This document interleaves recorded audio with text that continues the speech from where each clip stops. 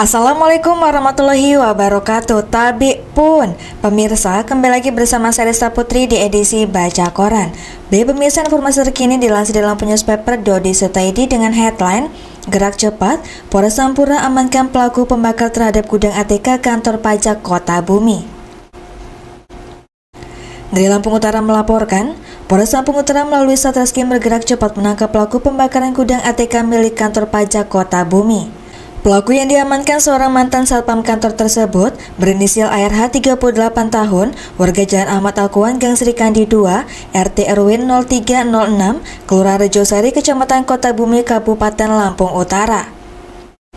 Berdasarkan laporan dan dilakukan serangkaian penyelidikan, tim mendapatkan informasi keberadaan pelaku, lalu tim melakukan penggerebekan dan berhasil melakukan penangkapan terhadap pelaku dan barang bukti di Kelurahan Kelapa 7, Kecamatan Kota Bumi, Kabupaten Lampung Utara, kata Wakapolres Kompol Yohanis, mewakili Kapolres Lampung Utara AKBP Dedi Kurniawan saat gelar konferensi pers Senin 9 Desember 2024.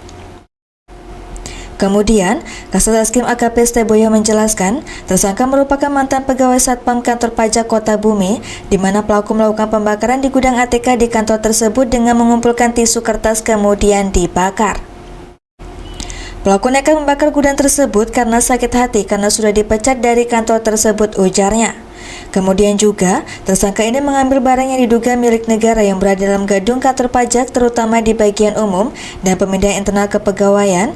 Di sini ada barang yang kami identifikasi berupa laptop, kemudian ada 2 buah kamera. Untuk pelaku akan kita jerat dengan pasal 187 KUH Pidana dan 363 KUH Pidana dengan ancaman hukuman 12 tahun, jelasnya. Nurdin Erwin, Kepala KPP Pratama Kota Bumi, menuturkan bahwa yang dibakar oleh pelaku merupakan gudang alat tulis kantor milik kantor kami. Untuk terkait dokumen yang berkaitan dengan pajak semua aman, tuturnya. Pelaku pernah bekerja menjadi satpam di kantor pajak Kota Bumi, akan tetapi beberapa bulan yang lalu sudah kami pecat karena melakukan pencurian tablet.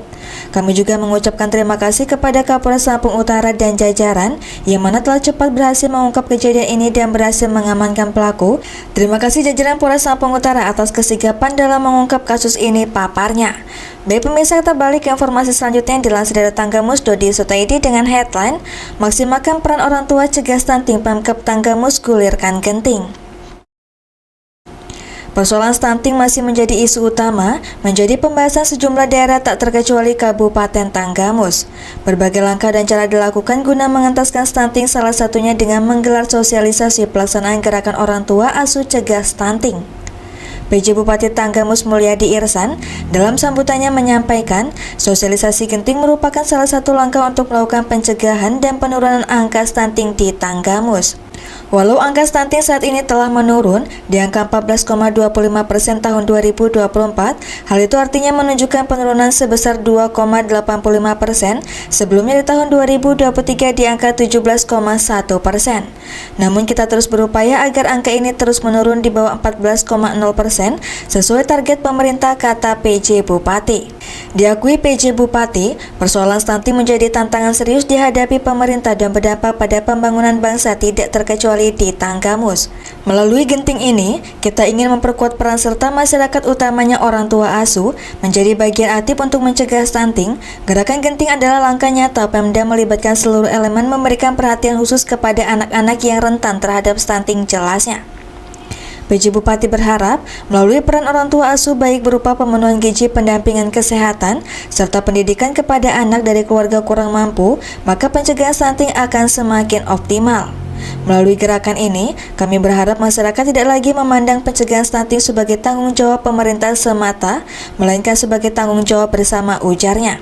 Sementara itu, Aan Derajat selaku Ketua Panitia mengatakan, penyuluhan program Bangga Kencana ini, Dinas P3A, Dalduk, dan KB Kabupaten Tanggamus diikuti oleh keluarganya berisiko stunting. Baik pemirsa, kita beralih ke informasi yang terakhir yang dilansir dari Lampung.doi.id dengan headline Diduga alami penganiayaan di acara organ tunggal, pekerja proyek pasar tematik ditemukan tewas, mengenaskan. Warga Pekon Sukabanjar, Kecamatan Lumbuk Seminung, Kabupaten Lampung Barat, dikejutkan dengan peristiwa penemuan jenazah seorang pria yang tergeletak di pinggir jalan pada Senin pagi 9 Desember 2024. Berdasarkan informasi yang dihimpun, korban bernama Rian itu merupakan seorang buruh pekerja proyek pasar tematik area 1 dari PT Langgeng Abadi Madani yang berasal dari Kabupaten Lampung Tengah. Korban diduga menjadi korban perkelahian dalam sebuah pesta organ tunggal di Pekon Sukabanjar pada dini hari, Senin 9 Desember 2024, sekitar pukul 1 waktu Indonesia bagian Barat, dan mengalami luka tusukan akibat senjata tajam. Camat Lumbuk Seminung Erwin Ardian Saputra mengkonfirmasi peristiwa tersebut. Berdasarkan informasi yang diterimanya, kejadian ini diduga terjadi akibat perkelahian yang melibatkan korban. Dari informasi ini peristiwa perkelahian, saat ini kasus tersebut sudah ditangani pihak kepolisian. Korban diketahui bekerja sebagai buruh proyek pasar tematik, jelas Erwin. Sementara itu, Kasarreskrim Polres Lampung Utara, Ibtu Juhardi Sumandi MH, mendampingi Kapolres AKBP Rinaldo Asar SIK saat dikonfirmasi membenarkan korban merupakan seorang pekerja di proyek pasar tematik Lumbuk Seminung. Korban tercatat warga Bangunrejo, Lampung Tengah. Benar, kini telah kami tangani. Tim juga telah turun untuk olah tempat kejadian perkara dan mengumpulkan petunjuk serta keterangan di lapangan, ujar Kasat Juhardi. Dia menyebutkan bahwa peristiwa bermula ketika korban menghadiri acara organ tunggal di wilayah tersebut. Dalam perjalanan pulang, korban terlibat keributan dengan seseorang yang belum diketahui identitasnya. Korban ditusuk oleh pelaku yang tidak dikenal hingga meninggal dunia di lokasi kejadian. Sementara itu, rekan korban sempat dipukul oleh pelaku namun berhasil melarikan diri, ungkap Juhardi. Pihaknya saat ini masih terus melakukan penyelidikan untuk mengungkap identitas pelaku dan motif di balik insiden ini. Sejumlah saksi telah dimintai keterangan dan lokasi kejadian tetap dalam pengawasan untuk mendukung proses penyelidikan. Jenazah korban sudah dibawa ke Rumah Sakit Umum Daerah Alimuddin Umar untuk proses visum. Kami sudah melakukan olah TKP dan mengambil keterangan dari sejumlah saksi dan saat ini masih dalam penyelidikan imbuhnya. Baik pemirsa, demikian edisi Bacok hari ini. Sampai jumpa di edisi Bacok selanjutnya. Saya Rista Putri pamit undur diri. Wassalamualaikum warahmatullahi wabarakatuh.